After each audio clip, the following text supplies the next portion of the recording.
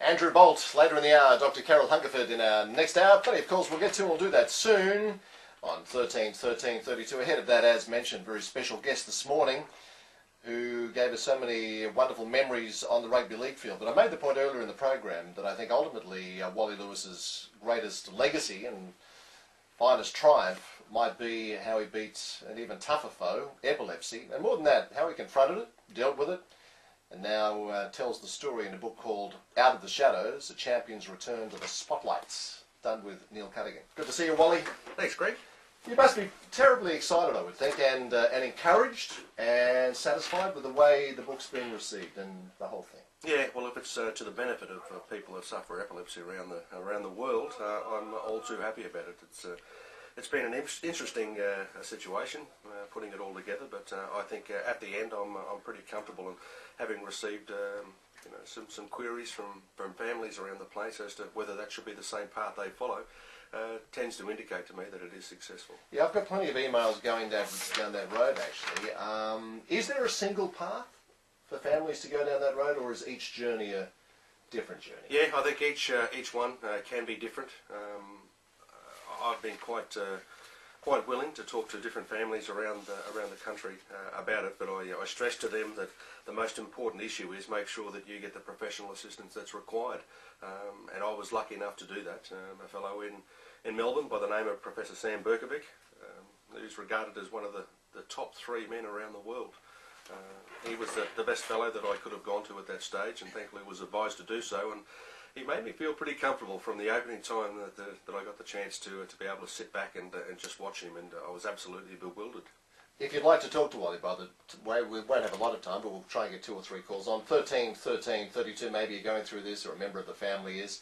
Because Wally, I think one of the really good things about this is it applies not only to epilepsy, it's about confronting anything about which we think as individuals society has a problem. Yeah, that's for sure. And I must say that I can be accused of being one of those persons, no doubt about it, because I chose to hide the situation that I was confronted by for a long time, and I don't know whether it was just distrust about it being promoted into a nationwide situation, or it was actually going to stop me from playing sport. And I think that was probably my greatest fear at the time. Oh, so you didn't want to know about it for that reason, or you didn't want others to know about it? I didn't want others to know about it. Plus, different people around the place have got their own problems, and they don't go promoting it around the country. So why should I?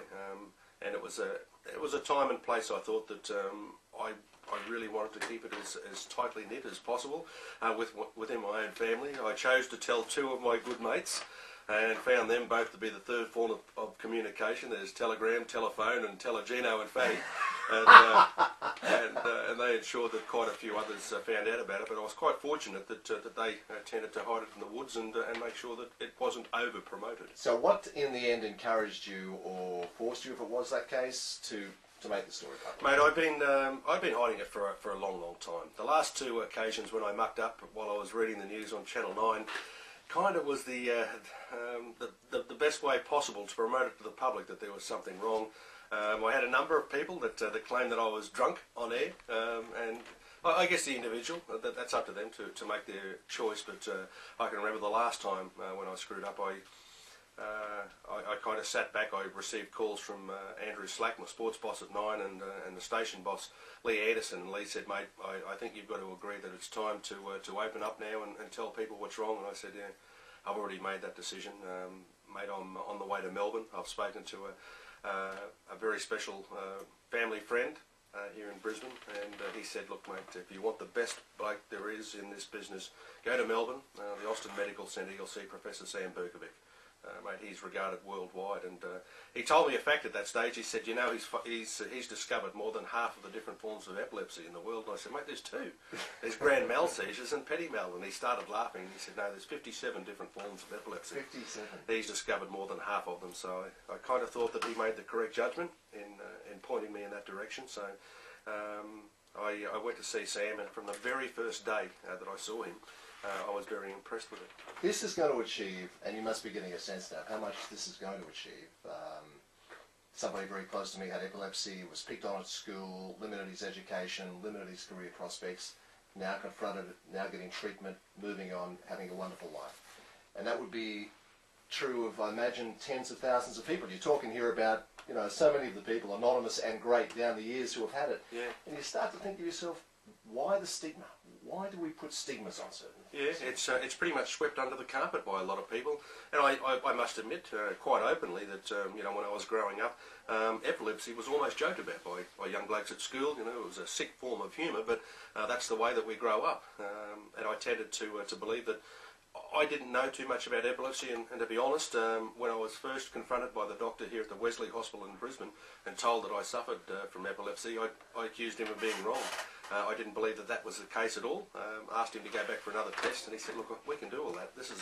I'll show you the way that it'll come out. And I did eventually have some more tests and found it to be exactly as the doctor mentioned, that those results would occur. So again, for all of us, it doesn't matter what it is. If we're ignorant about something, something will fill that void, and you can worry about stuff not worth worrying about, or you can choose to confront the reality that you did. And you know, you go back to, and we'll get to some of the calls in a moment, you go back to that night on TV, and I saw it that night, and I thought, well, you know, I wonder what's going on here. Has Wally had a panic attack, or has Wally done that? And all around the place, people would have been wondering what happened to Wally.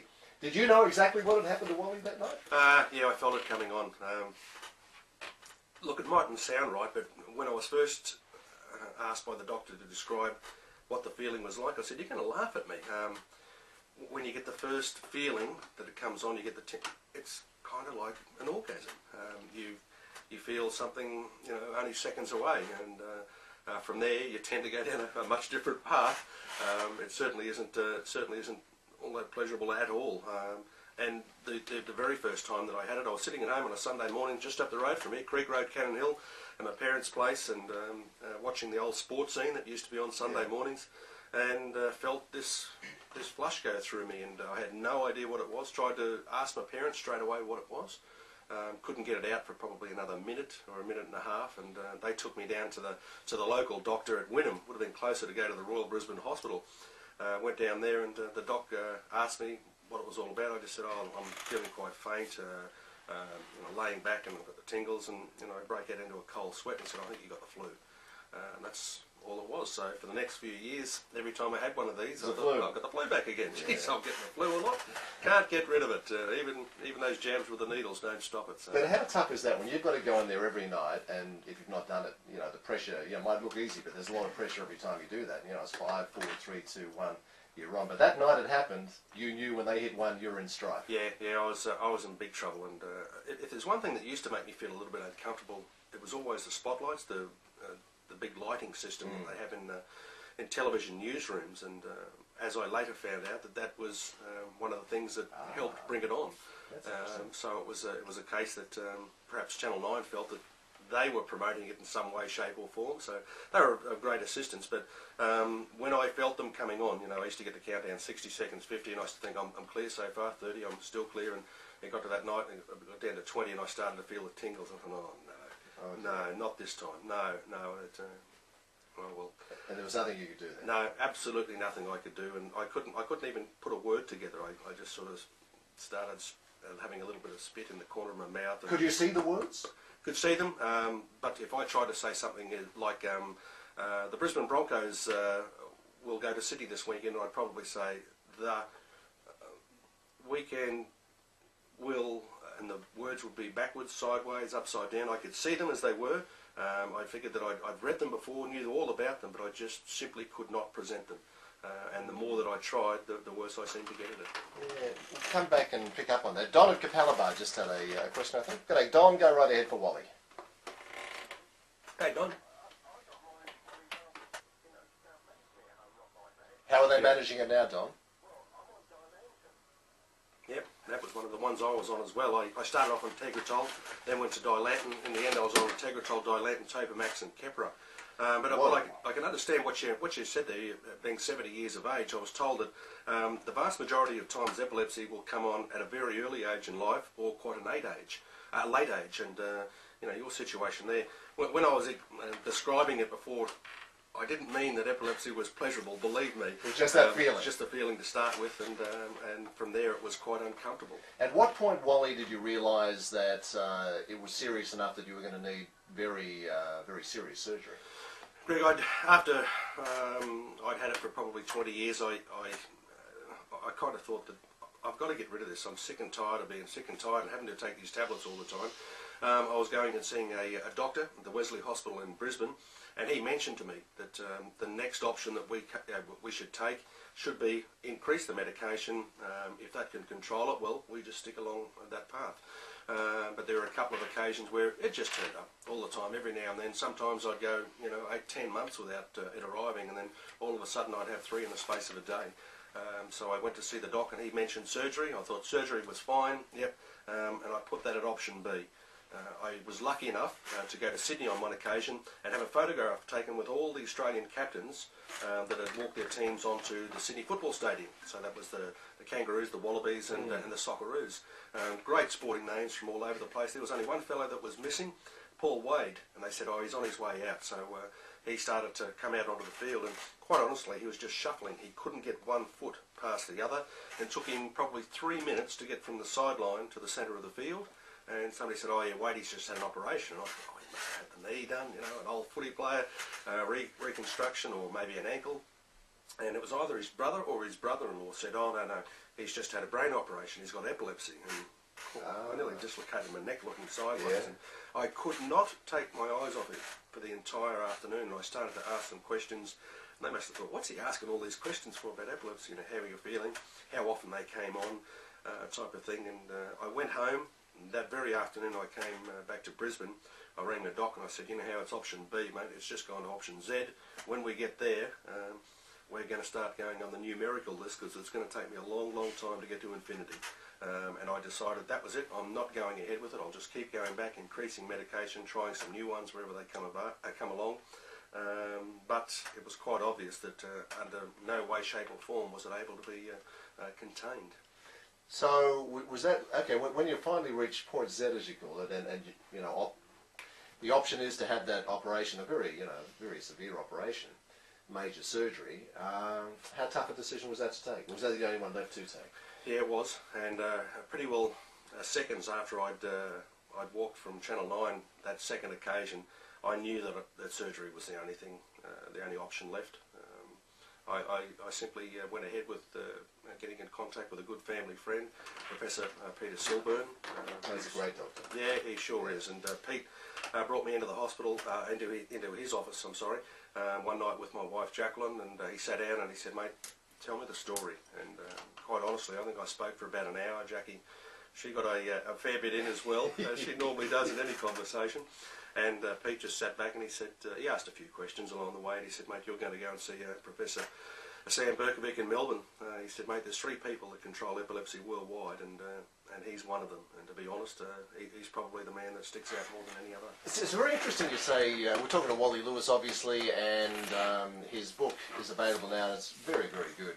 A little bit of rugby league in there, but the real story here is about Wally's, the story he's telling us now, Out of the Shadows, and it's available all around the place. Peter Silburn also specialises in dealing with Parkinson's disease. He's a world leader in that area. A dear friend with Parkinson's disease, and like you with the epilepsy, for years hid it.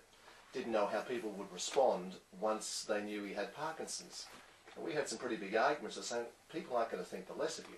What was the reaction of people to you when they found out about all this? Man, I've got to say that the support that I received from the public was absolutely astounding. It probably even put the support we had at State of Origin level to shame. I received letters from all over the state, New South Wales, which really did surprise me. But the amount that I got from Victoria was bewildering. I couldn't believe it.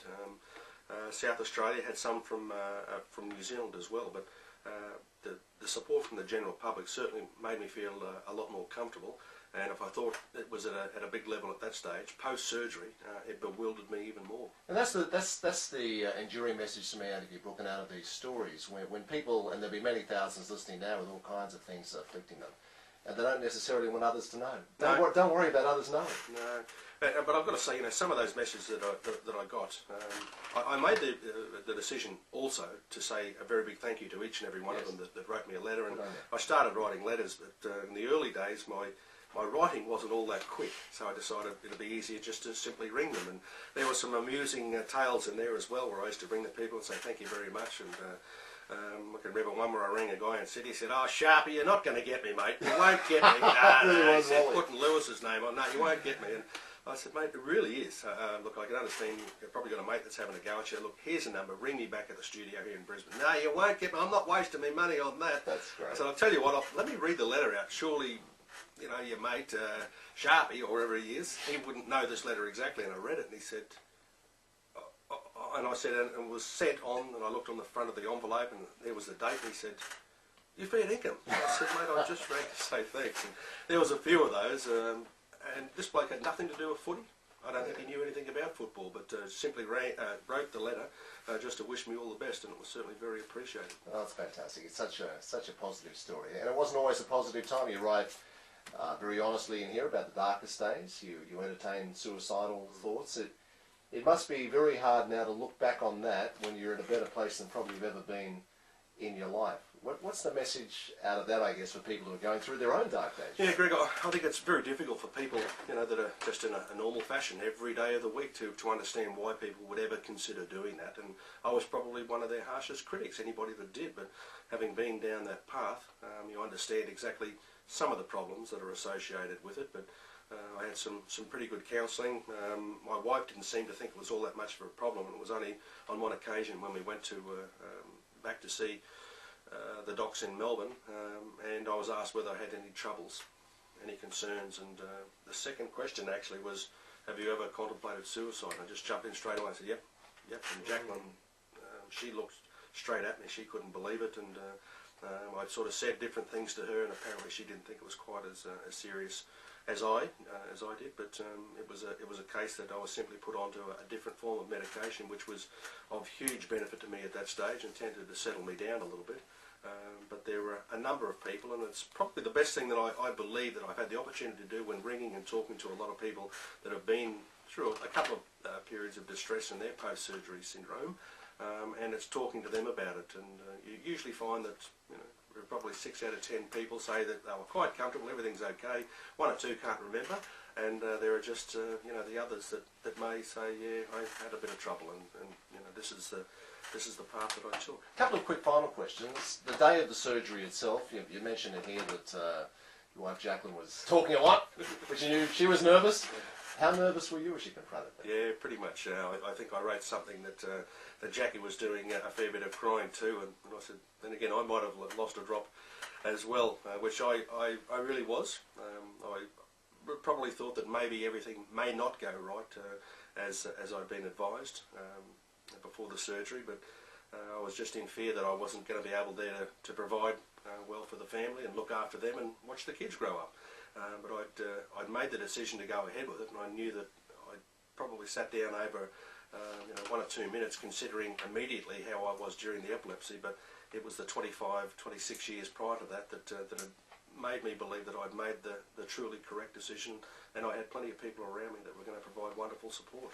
It's a wonderful story. Well, out of all of that, and we've talked about a lot of the things that have come out of it, is there one thing that you take out of all of that that's you know, the enduring message out of the entire experience, how you dealt with it, how your family dealt with it, the impact it's had on others? Just I think the thing that I've learnt more so than anything else was that the amount of people that said that we had epilepsy, but most of the time we used to find that epilepsy and the promotion of it was swept under the carpet.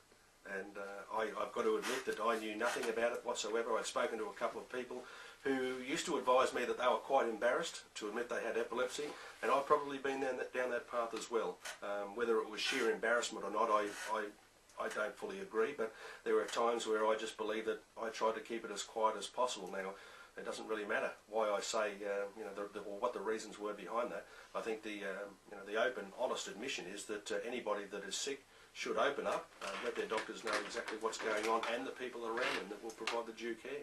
See, it's an interesting point too, because it can be harder in someone like yours position, and I get what you're saying there, because you're, you know, people may not know, but you're basically a fairly shy individual, or keep yourself pretty much, but at the same time you're one of our greatest ever athletes, so it must be hard, well, even harder in some ways to deal with that. So I can understand why you might want to keep some of that to yourself. Yeah, Greg, and I think I've got to openly admit that, you know, the open shy part, probably a little bit of that had to do with, oh no, am I going to muck up here?